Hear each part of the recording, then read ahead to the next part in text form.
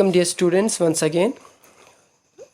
जैसा आपको पता है कि हमने लास्ट टाइम हम सेल मेम्ब्रेन हमने स्टार्ट किया था, जिसका मैंने पार्ट 1 कंप्लीट किया, जिसमें हमने कुछ बेसिक कॉन्सेप्ट्स क्लियर किए। एक तो सेल मेम्ब्रेन हमने पढ़ा था, प्लाज्मा जिसको प्लाज्मा मेम्ब्रेन भी कहते हैं, साइटोप्लाज्मिक मेम्ब्रेन, उसका हमने उसको डिफ़ाइन किया था, उसके प्रॉपर्टीज़ पढ़े थे, साथ में उसका स्ट्रक्चर हमने डिफ़ाइन किया था कि उसमें स्ट्रक्चर कैसा है, वो जो बना है लिपिड बाइलेयर का, किस तरह वो कैसा उसका वो स्ट्रक्चर बना है। इसके बाद एक उसकी मेन प्रॉपर्टीज़, जैसे वो उसको सिलेक्टिवली परमेबल मेम्ब्रेन क्यों कहा गया है, उसका रीज़न। उसके बाद हमने एक मेन इम्पॉर्टेंट टॉपिक जो उसमें कवर किया था वो था डिफ्यूजन एंड ऑस्मोसिस। डिफ्यूजन क्या होता है, जिसमें ट्रांसपोर्ट ऑफ मटेरियल होता है from higher concentration to lower concentration, जिसमें स्पेशली एग्जांपल्स हमारे गैसियस है, नाइट्रोजन, ऑक्सीजन, कार्बन डाइऑक्साइड, ये सारे डिफ्यूजन में आते हैं। इसी तरह एक और हमने ऑस्मोसिस पढ़ा, जो कि एक स्पेशल टाइप होता है डिफ्यूजन का, उसमें भी ट्रांसपोर्ट होता है लेकिन थ्रू सेमी परमेबल मेम्ब्रेन और सिर्फ वाटर और फ्लूइड कंटेंट। यानी जब वाटर और फ्लूइड कंटेंट ट्रांसपोर्ट होता है higher concentration to lower concentration through semi permeable membrane, that's known as osmosis. तो ये हमने कुछ टॉपिक उसमें कवर किया था। आज हम उसका फर्दर टॉपिक कवर करेंगे इस क्लास में और इसको कंप्लीट करेंगे। तो आज के हमारे कंटेंट जो है वो है types of solutions, passive and active transport, endocytosis and exocytosis, और लास्ट में फंक्शंस ऑफ सेल और प्लाज्मा मेम्ब्रेन। चलिए फिर स्टार्ट करते हैं। पहला टाइप, टाइप्स ऑफ सॉल्यूशंस। अब तक हमने पढ़ा है कि डिफ्यूजन और ऑस्मोसिस। अब यहाँ पे टाइप्स ऑफ सॉल्यूशन जो है उसी के रिलेटेड है। जो हमारे टाइप्स ऑफ सॉल्यूशंस क्या होते हैं, there are 3 types of solutions: hypertonic, hypotonic, isotonic. अब ये सॉल्यूशंस कैसे होते हैं, किस तरह के डिफरेंट टाइप्स हैं। जैसे हाइपरटोनिक है, अगर हमने अभी डिफ्यूजन में मतलब पढ़ा है इससे पहले कि डिफ्यूजन में कि वहाँ पे मूव होता है particles higher concentration to lower concentration, यानी हम सेल को डिफ़ाइन कर रहे हैं, हम ये सब कुछ सेल के बारे में पढ़ रहे हैं। तो अब मान लीजिए कि कोई सेल है, सेल में वाटर कंटेंट, सेल के अंदर फ्लूइड होता है, वाटर कंटेंट होता है, नीड्स होते हैं। अब सेल के बाहर, सेल को जो भी मटेरियल चाहते हैं वो बाहर से आता है। अब ये बाहर से जो मटेरियल आता है, वो वाटर कंटेंट हो, फ्लूइड हो, जो भी मतलब गैसियस हो, ये सब बाहर से आते हैं सेल के अंदर। अब इसमें इसी तरह सेल के अंदर से पार्टिकल्स, वेस्ट मटेरियल्स बाहर चले जाते हैं। लेकिन ये सारा प्रोसेस जो है ये किस तरह होता है, ये हम समझेंगे by with the help of this types of solutions. अब सॉल्यूशंस जो हैं 3 तरह के हैं: हाइपरटोनिक, हाइपोटोनिक एंड आइसोटोनिक। अब हाइपोटोनिक क्या होता है? If the medium has a lower concentration of water than the soil, that is, if it is very concentrated solution, sorry यहाँ पे soil नहीं है, solution है, so that is it is a very if it is a very concentrated solution, the cell wall lose water by osmosis. Such a solution is called hypertonic solution. Hypertonic solution क्या होता है? अगर हम cell को, अब मान लीजिए एक सेल है, इस सेल को हमने वाटर में रखा है, वाटर कंटेंट में, फ्लूइड कंटेंट में इस सेल को रखा है। अब अगर इस सेल में, अगर इस सेल की बात करें, इस सेल में अगर मतलब जो सराउंडिंग वाला फ्लूइड कंटेंट है वो कम है, लेकिन सेल के अंदर फ्लूइड कंटेंट ज़्यादा है, तो क्या होगा? सिंपल से बात, जैसे हम जानते हैं ऑस्मोसिस में there is a transport of fluid from higher concentration to lower. यहाँ पे सेल में ज़्यादा है और बाहर कम है, इसका मतलब सेल के अंदर से फ्लूइड कंटेंट जो है या वाटर कंटेंट वो बाहर आएगा, जिसकी वजह से जब वो बाहर आएगा तो सेल जो है उसमें फ्लूइड जब कम हो जाएगा तो वो श्रिंक हो जाएगा।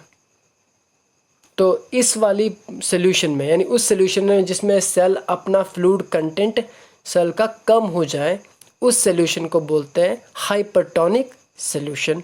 एक सिंपल।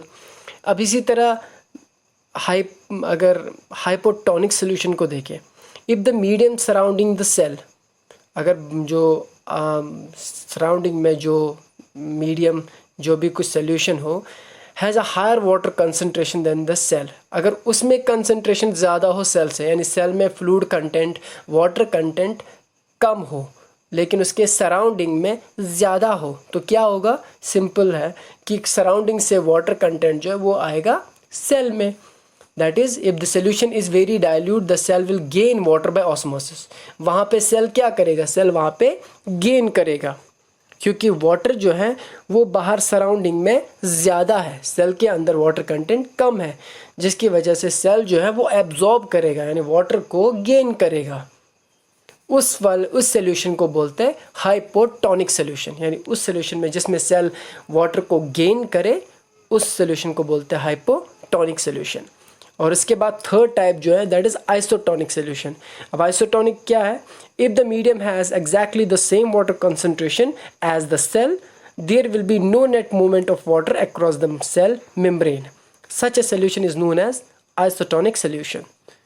यानी यहाँ पे मैं सिंपल कहूँगा कि अगर सेल में जो फ्लूइड कंटेंट है वो इक्वल है, उतना ही बाहर भी है, सराउंडिंग में भी उतना ही फ्लूइड कंटेंट है जितना अंदर है, यानी दोनों में कंसंट्रेशन इक्वल है, तो वहाँ पे क्या होगा, वहाँ पे जो नेट मूवमेंट होगा वो इक्वल होगा, वो ज़ीरो होगा। दैट मीन्स जितना पानी सेल के अंदर जाएगा उतना ही सेल के बाहर आएगा, क्योंकि दोनों में कंसंट्रेशन बराबर है। अब ऐसे में ना सेल क्या बोलते हैं, ना श्रिंक हो जाएगी, ना ही सेल जो है वो लार्ज होगी, क्योंकि स्वोलन होगी, क्योंकि दोनों में कंसंट्रेशन इक्वल है। इस टाइप सोल्यूशन को बोलते हैं आइसोटोनिक। अब मैं ये सोल्यूशन आपको डायग्रामिकली शो करूँगा जिससे आपका कॉन्सेप्ट जो है और क्लियर हो जाए। अब यहाँ पे इस टाइप ऑफ सोल्यूशन को देखो, डायग्राम के साथ मैं इसको शो कर रहा हूँ। पहला यहाँ पे मैंने आइसोटोनिक सोल्यूशन दिखाया है, ये सेल है जो आप सामने देख सकते हो, दिस इज़ अ सेल। अब सेल में आप देखोगे there is a cell wall, cell membrane, ये एक प्लांट सेल है, इसमें सेल वॉल है और सेल मेम्ब्रेन भी है, अंदर साइटोप्लाज्म है और एक बड़ा सा वैक्यूल। अब देखो यहाँ पे जो सराउंडिंग है यानी बाहर में वाटर कंटेंट जो है, यहाँ पे दो लाइन्स पिंक शो कर रहा है, ग्रीन शो कर रहा है। पिंक जो मतलब है कि बाहर से अंदर आ रहा है, यानी बाहर जो मीडियम है, वाटर कंटेंट है, फ्लूइड कंटेंट है, वो अंदर आ रहा है।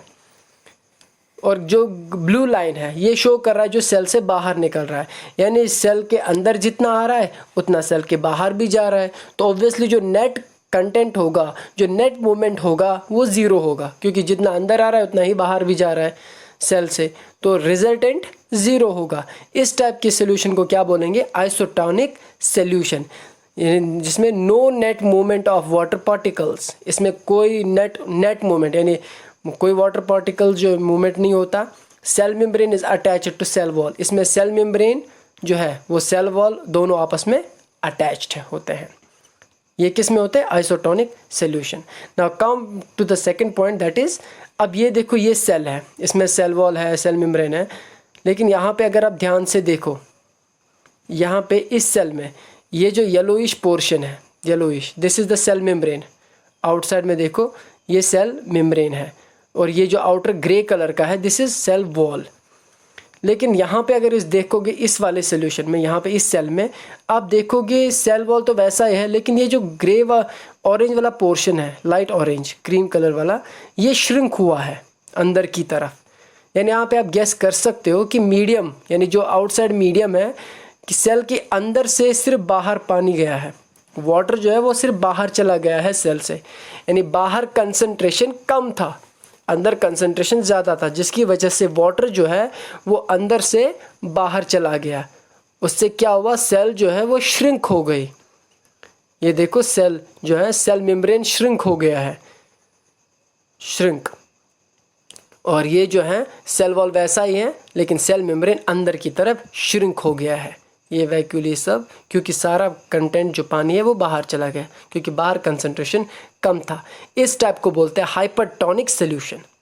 हाइपरटोनिक सोल्यूशन यानी हाइपरटोनिक सोल्यूशन में सेल जो है श्रिंक हो जाती है, क्योंकि पानी सब बाहर चला जाता है सराउंडिंग में। अब यहाँ पे देख सकते हो water particles move out of the cell, water particles cell के बाहर चले जाते हैं। क्यों, सेल मेम्ब्रेन श्रिंक्स, और सेल मेम्ब्रेन श्रिंक भी हो जाता है and detaches from cell wall, और सेल वॉल से जो कट जाता है। ये आप देख सकते हो सेल मेम्ब्रेन जो है वो मतलब श्रिंक हुआ है, इस तरह जो ये सेल वॉल है इसकी इससे ये मतलब कट ऑफ हो रहा है, अंदर की तरफ चला गया है। इस प्रोसेस को बोलते हैं प्लाज्मोलिसिस। ये जो सेल वॉल जो है, सेल मेम्ब्रेन जो है, इनसाइड मेम्ब्रेन, ये जब कट आउट होता है सेल वॉल से, इसी को बोलते हैं प्लाज्मोलिसिस। मैं इस प्लाज्मोलिसिस को बाद में और अच्छे से डिफाइन करूँगा। यहाँ पे आप ये समझो कि पहले वाले में क्या है, पहले वाले में दोनों में यानी बाहर जितना कंसंट्रेशन उतना अंदर है, दोनों में नेट ज़ीरो रहता है। लेकिन दूसरे में क्या होता है, दूसरे में जो है सिर्फ बाहर का वाटर कंसंट्रेशन कम है, सेल में ज़्यादा है, तो सेल से निकलता है वाटर बाहर, जिससे सेल श्रिंक हो जाती है, सेल वॉल, सेल मेम्ब्रेन अंदर की तरफ श्रिंक हो जाता है, जिसको प्लाज्मोलिसिस बोलते हैं। अब तीसरे केस में यहाँ पे सिर्फ जो सराउंडिंग है, सराउंडिंग में वाटर कंटेंट ज़्यादा है, अंदर कम है सेल में, इस तरह जो है सेल जो है वो सिर्फ एब्जॉर्ब करती है। जो पिंक लाइन्स यहाँ पे शो करती है, ये सिर्फ एब्जॉर्ब करती है, एब्जॉर्ब अंदर की तरफ पानी को लेती है, जिससे ये आप यहाँ पे देख सकते हो सेल जो है फूल गई है, सेल का साइज़ बढ़ गया है। अब सेल को इस साइज़ को मतलब इसको हेल्प करता है ताकि ये बर्स्ट ना हो जाए, फूट ना जाए, इसको सेव करता है सेल वॉल, यहाँ पे प्रोटेक्ट करता है सेल वॉल, ताकि ये जो है बर्स्ट ना हो जाए, मतलब टूट ना जाए। जो इतना ज़्यादा प्रेशर जो इस पर बढ़ रहा है यहाँ पे, यही सपोर्ट करता है, क्योंकि इसने वाटर को एब्जॉर्ब किया है, जिससे इसका स्ट्रक्चर जो है बढ़ गया है। इस वाले सोल्यूशन को बोलते हैं हाइपोटोनिक सोल्यूशन, जहाँ पे water particles move inside the cell. दूसरा, सेल वॉल जो है counteracts osmotic pressure to prevent swelling and lysis, जिसमें सेल वॉल जो है वो एक प्रेशर एक्सर्ट करता है सेल पे, जिसकी वजह से वो क्या है ना कि सेल जो है वो फटने से या टूट जाने से बच जाती है। ये तीन मेन सॉल्यूशंस हैं। आइसोटोनिक, जिसमें दोनों कंसंट्रेशन इक्वल हो, बाहर भी उतना ही हो, सेल के अंदर भी उतना ही फ्लूइड कंटेंट हो, तो there is a no net movement, zero, इसीलिए इसको बोलते हैं आइसो मीन्स सेम। यहाँ पे हाइपरटोनिक में अंदर कंसंट्रेशन ज़्यादा होता है, बाहर कम होता है, जिसकी वजह से अंदर से सारा पानी चला जाता है बाहर के मीडियम में, जिससे अंदर जो है सेल मेम्ब्रेन श्रिंक हो जाती है और सेल वॉल से कट जाती है, जिसको प्लाज्मोलिसिस बोलते हैं। और तीसरे केस में हाइपोटोनिक में कंसंट्रेशन सेल की कम होती है, सराउंडिंग में ज़्यादा होती है, जिसकी वजह से ये सिर्फ एब्जॉर्ब करती है और सेल जो है वो फूल जाती है। इसको बोलते हैं, जो ये फूलती है इसको टर्जिड बोलते हैं, टर्जिड। इस प्रॉपर्टी को टर्जिडिटी बोलते हैं, जो ये फूलना होता है इसको टर्जिड बोलते हैं। This was the types of solution. अब अगर मैंने अभी आपको बोला था प्लाज्मोलिसिस, प्लाज्मोलिसिस क्या होता है, एक इम्पॉर्टेंट पॉइंट है इसमें। When a living cell loses water through osmosis, क्योंकि वाटर, जब भी आप वाटर की बात करो कि transport of water from higher concentration lower, this is osmosis. यहाँ पे when a living plant cell loses water through osmosis, there is a shrinkage और contraction of contents of the cell away from the cell wall. This phenomenon is known as plasmolysis. जब एक cell में से सारा water content बाहर निकलता है, जब सेल श्रिंक हो जाती है, जब उसमें पूरा वाटर फ्लूइड कंटेंट बाहर आ जाता है, तो ऑब्वियसली जो इसका सेल वॉल, जो सेल मेम्ब्रेन होता है वो ना सेल वॉल से कट जाता है अंदर की तरफ, क्योंकि श्रिंक हो जाता है तो वो डिटैच होता है, सब कुछ श्रिंक होकर वो अंदर की तरफ चला जाता है। उसी प्रोसेस को बोलते हैं प्लाज्मोलिसिस। अब यहाँ पे आप डायग्राम देख सकते हो, इसमें देख लो आप, ये जो पिंक पोर्शन है ये सेल है, मतलब ये पूरा जो है ये जो राउंडेड है हेक्सागोनल स्ट्रक्चर जो है, दिस इज सेल। लेकिन जो पिंक पोर्शन है ये इसका कंटेंट है जो बहुत श्रिंक हुआ है, प्लाज्मा मेम्ब्रेन और बाकी सेल का कंटेंट श्रिंक हो गया है, यानी ये सेल खाली, यहाँ पे एम्प्टी स्पेस रही है, यानी सेल वॉल बाहर से खाली है, मतलब अंदर से सब कुछ श्रिंक हो गया है। This process is known as plasmolysis. अब यहाँ पे मैंने एक एग्जांपल दी है। अब यहाँ पे हमने एक प्लांट सेल ली है, लीफ के। अब उस लीफ एक्टिविटी में हमने उसको 3 सॉल्यूशंस में डाला है। एक लीफ के सेल्स को 3 सॉल्यूशंस में डाला है। अब आप देख सकते हो, पहले उसमें हाइपरटोनिक सॉल्यूशन में डाला। हाइपरटोनिक में तो आपको पता ही है कि हाइपरटोनिक मतलब बाहर कंसंट्रेशन जो है कम था, सेल में ज़्यादा, तो क्या हुआ, जो लीव के सेल्स थे वो श्रिंक हो गए, प्लाज्मोलाइज्ड। यानी प्लाज्मोलाइज्ड तो आपको पता ही है कि इसमें जो सेल मेम्ब्रेन है वो श्रिंक हुआ है, कंटेंट श्रिंक हुए हैं, कट गए हैं सेल वॉल से, अंदर की तरफ, इसलिए क्योंकि सारा पानी बाहर चला गया, इसको बोलते हैं प्लाज्मोलिसिस।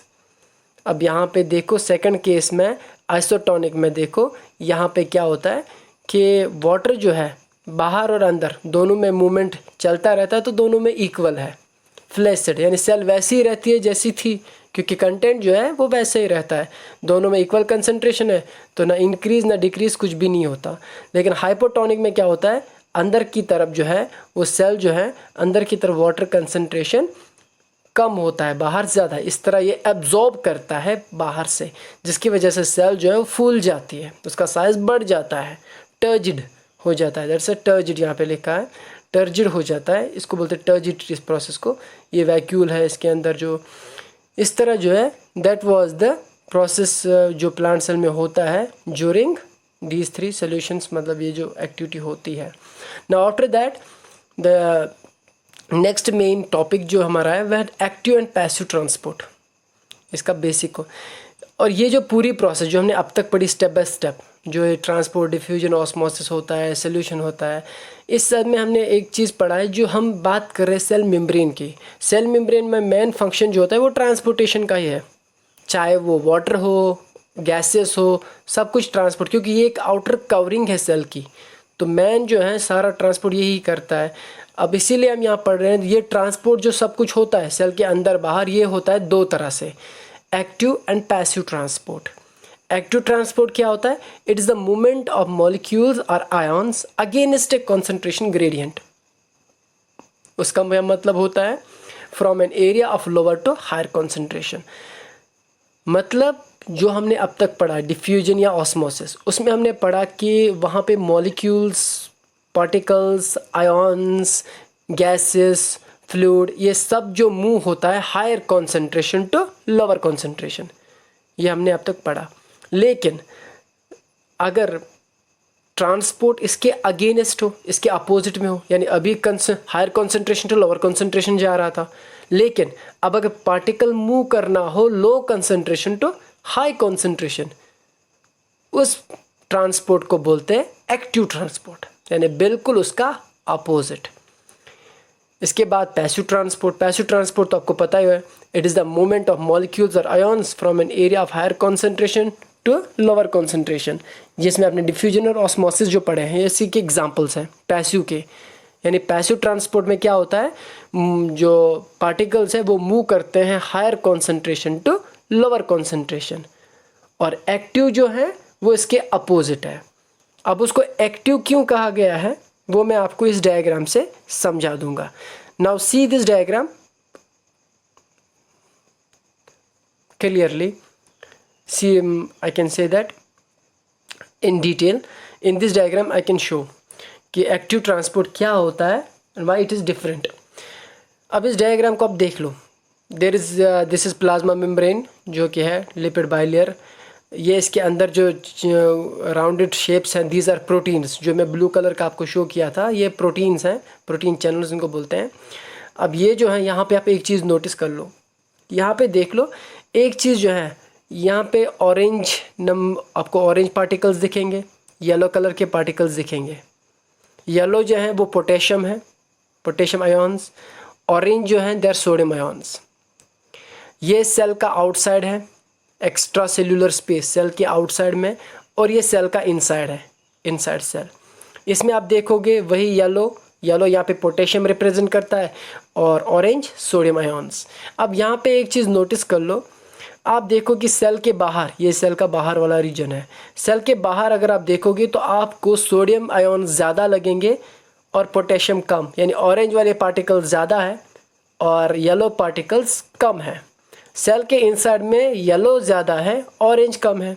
तो अगर हम इसको सिंपल में ले लेते, सिंपल अगर ले लेते मतलब कि हायर कॉन्सेंट्रेशन लोअर कॉन्सेंट्रेशन, तो यहाँ पे हम सिंपल कह सकते हैं ऑरेंज बाहर ज़्यादा है तो इसको अंदर जाना है सेल के जिससे बराबर हो जाए, और अंदर येलो ज़्यादा है तो येलो बाहर पार्टिकल्स आएंगे, यानी पोटेशियम बाहर आएंगे जिससे इक्वल होगा। लेकिन वो तब केस था जब पैसिव ट्रांसपोर्ट था, लेकिन यहाँ पे सेल को चाहिए उल्टा।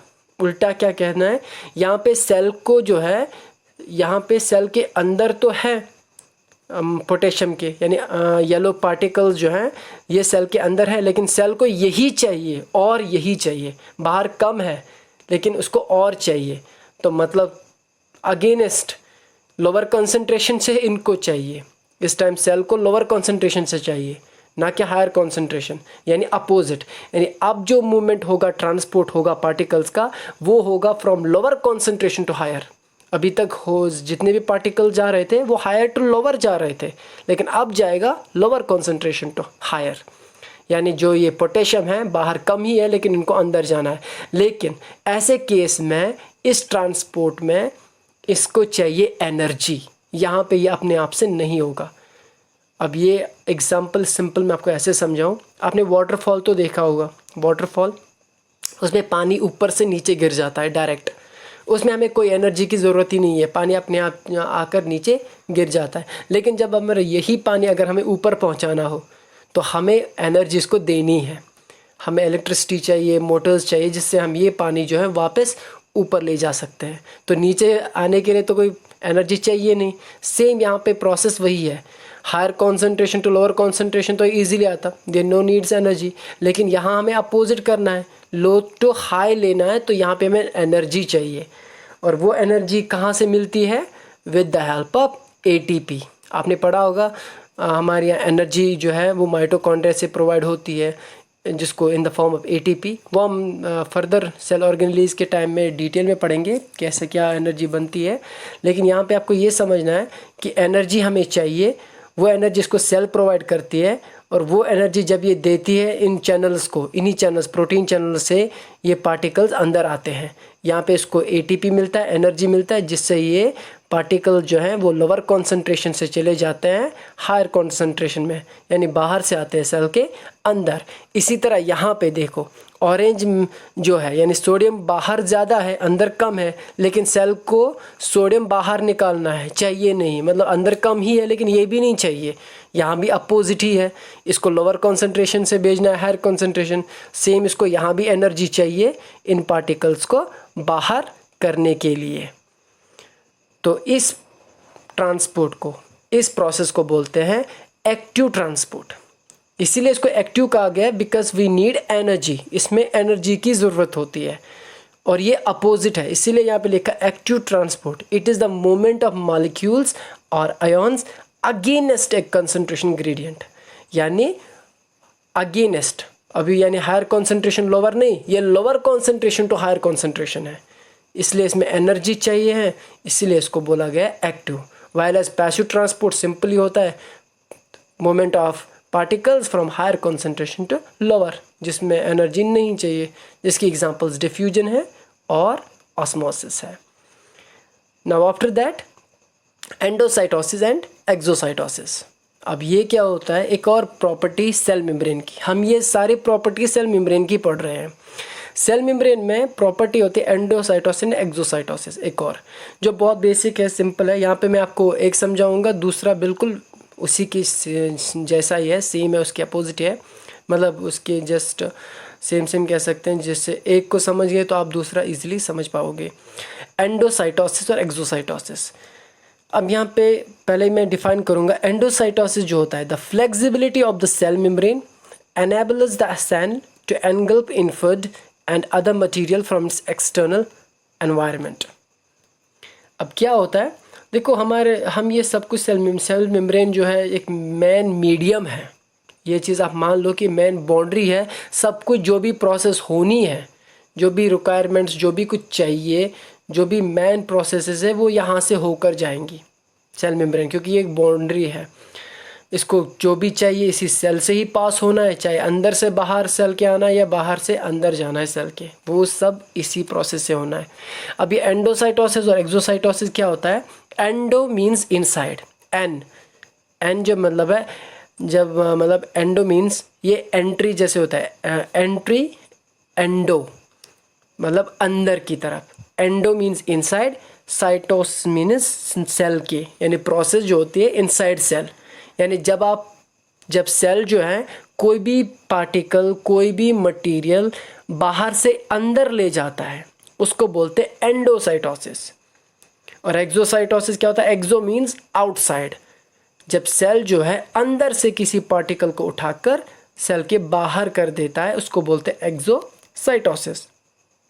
एक सिंपल, अब यहाँ पे डेफिनेशन मैंने आपको दिया है। ये सेल मेम्ब्रेन की फ्लेक्सिबिलिटी है कि वो किसी भी चीज़ को, हम यहाँ पे मैं आपको सिंपल एग्जांपल दूंगा अमीबा का। अमीबा आपको पता है कि यूनिसेलुलर ऑर्गेनिज्म है। It takes food from its surrounding, ये फूड जो है अपने सराउंडिंग से लेता है। कैसे? अब मान लो कि अमीबा है, इसको ये पानी में है, इसके आउटसाइड में बॉडी के बाहर पानी में कोई फूड पार्टिकल है। Now see this diagram. अब यहाँ पे देखो, ये सेल मेम्ब्रेन है, येलोइश कलर जो है इट्स एन सेल मेम्ब्रेन। अब बाहर जो है फूड पार्टिकल है ये। अब ये फूड पार्टिकल ये क्या करता है, सेल मेम्ब्रेन में बैंड क्रिएट करता है, यहाँ पे बैंड बनाता है जिसमें ये फूड पार्टिकल को पकड़ने की कोशिश करता है, मतलब इसके बीच में फूड आता है। फिर धीरे धीरे इस बैंड को, जब फूड इसमें आ जाता है, फिर ये बैंड जो है आपस में कनेक्ट करके कट करके इसको अंदर भेज देता है बॉडी के। This is inside. अब ये इस कवरिंग में फूड आया, यहाँ पे ये जो बना दिस वैक्यूल, ये वेजिकल बना है और इस वेजिकल में फूड है। अब क्या किया इसने एनवायरनमेंट में जो फूड था उस फूड को इसने प्लाज्मा मेम्ब्रेन को बेंड करके उसमें पकड़ कर उसको कट करके अंदर भेज दिया, क्योंकि उसको फूड चाहिए। अब इसने बाहर से पार्टिकल को अंदर लाया, it is known as endocytosis. Endo means inside, अपने अंदर लाया। अब चूँकि हम यहाँ पे बात कर रहे हैं फूड पार्टिकल, हमने फूड पार्टिकल की बात की, यहाँ पे इसने फूड पार्टिकल लिया है, सॉलिड पार्टिकल जो कि फूड है, इसको अंदर लिया है। तो जब ये फूड पार्टिकल को अंदर ले, उस टाइप को फैगोसाइटोसिस बोलते हैं। यानी प्रोसेस तो एंडोसाइटोसिस ही है, लेकिन इस टाइप को जहाँ पे ये पार्टिकल जो लेता है, ये फूड पार्टिकल एनगल्प करता है, उसको बोलते हैं फैगोसाइटोसिस। फैगोसाइटोसिस यहाँ पे जो ये बैंड क्रिएट करता है सेल मेम्ब्रेन में, उसको बोलते हैं सीडोपोडियम। सीडोपोडियम, क्योंकि ये जो है इस डिप्रेशन की वजह से जो ये बैंड बनता है, इसी में फूड पार्टिकल को पकड़कर ये बॉडी के अंदर ले लेता है। अब ये फूड पार्टिकल बना है वेजिकल में, वैक्यूल के अंदर फूड, इसको बोलते हैं फैगोजूम। फैगो मीन्स फूड, यानी यहाँ पे इसने फूड वैक्यूल, फैगोजूम है यानी फूड वैक्यूल बना है, इसी में फूड है। इसलिए इस प्रोसेस को, चूँकि प्रोसेस ये एंडोसाइटोसिस ही है, लेकिन चूँकि इसमें फूड पार्टिकल आया है इसलिए इसको फैगोसाइटोसिस कहते हैं। Phagocytosis is the example of endocytosis. पूरी प्रोसेस में इसने क्या, इसने सिर्फ पार्टिकल को बाहर से बॉडी के अंदर लाया। अब इसी केस में, अब अगर ये तो था फूड पार्टिकल, लेकिन अगर ये वाटर पार्टिकल ले ले, मान लो इसको वाटर लेना है बाहर से अंदर, इसी तरह वैक्यूल बनाकर सेल मेम्ब्रेन को, अब इस डायग्राम में देखो, सेल मेम्ब्रेन को बेंड करके वैक्यूल बना के वाटर कंटेंट जो है अंदर ले जा रहा है, या फ्लूइड कंटेंट वेजिकल में सेम। इस प्रोसेस को बोलते हैं पिनोसाइटोसिस, यानी जिसमें ये वाटर मॉलिक्यूल, अभी उसने लिया था फूड, उसको बोलते हैं फैगोसाइटोसिस। अब इसने लिया है water molecule, extra fluid material, इसको बोलते हैं पिनोसाइटोसिस। और ये दोनों एग्जांपल्स किसके हैं? एंडोसाइटोसिस के। यानी दोनों केस में इसने फूड मॉलिक्यूल जो है अंदर लिया है, या वाटर मॉलिक्यूल अंदर लिया है सेल के। So it's the example of endocytosis. अब इसी की अगर अपोजिट बात करें, यानी अगर सेल के अंदर से ये किसी चीज़ को बाहर कर रहा है, यानी कोई वेस्ट मटेरियल है सेल के अंदर, उसको बाहर कर रहा है, बाहर सेल के बाहर भेज रहा है, इसी तरह उस प्रोसेस को बोलेंगे exocytosis. So this is what is endocytosis and exocytosis. Now at the last, functions of plasma membrane. Plasma membrane के मेन फंक्शंस। पहली important function, it gives definite shape to cell. ये सेल को shape provide करती है plasma membrane, क्योंकि अगर plasma membrane नहीं होती तो सेल की कोई शेप नहीं होती। तो ये पहला जो है शेप प्रोवाइड करता है। दूसरा, it separates the contents of a cell from its surrounding medium. ये जो सेल का कंटेंट है उसको सराउंडिंग जो है, आपस जो एनवायरनमेंट बाहर है उससे सेल के कंटेंट को अलग कर देता है, सेपरेट रखता है। Third function, it provides mechanical barrier for the protection of the internal content of the cell. Mechanical barrier क्या होता है? मतलब ये सेल को एक मैकेनिकल बैरियर प्रोवाइड करता है, यानी सिर्फ प्रोटेक्शन, हम कह सकते हैं प्रोटेक्शन प्रोवाइड करना। जैसे मान लो कि सेल पे तो काफ़ी सारा फोर्स पड़ता ही रहता है, लेकिन उस फोर्स का इफ़ेक्ट उसके अंदर जो कंटेंट है, यानी ऑर्गेनेलीज को ना हो, उनको कोई डैमेज ना हो, न्यूक्लियस को डैमेज ना हो, उनको प्रोटेक्ट करता है। इसलिए उसी को बोलते हैं मैकेनिकल बैरियर प्रोवाइड करता है, जिससे प्रोटेक्शन होती है हमारे सेल के इंटरनल ऑर्गन्स को या इंटरनल कंटेंट को। Next is fourth one, it is selectively permeable membrane. बहुत इंपॉर्टेंट कि ये सिलेक्टिवली परमिएबल मेम्ब्रेन है। जो मैं आपको कह चुका हूँ, ये सिलेक्टिवली परमिएबल मेम्ब्रेन होता क्या है, क्योंकि ये स्पेसिफिक चीज़ों को ही परमिट करता है सेल के अंदर या सेल के बाहर, इसीलिए इसको बोलते हैं selectively permeable membrane. And the last one, it regulates the movement of ions in and out of the cell.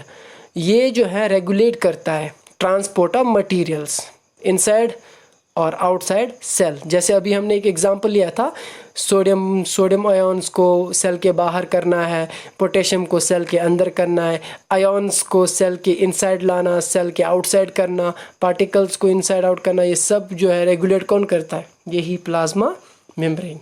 So they were the most important functions of the plasma membrane. And I hope you have understood this class very well. Thank you very much for being with me. आप सबसे request है, don't forget to like and share and also subscribe my YouTube channel. Press the bell icon and never miss any update.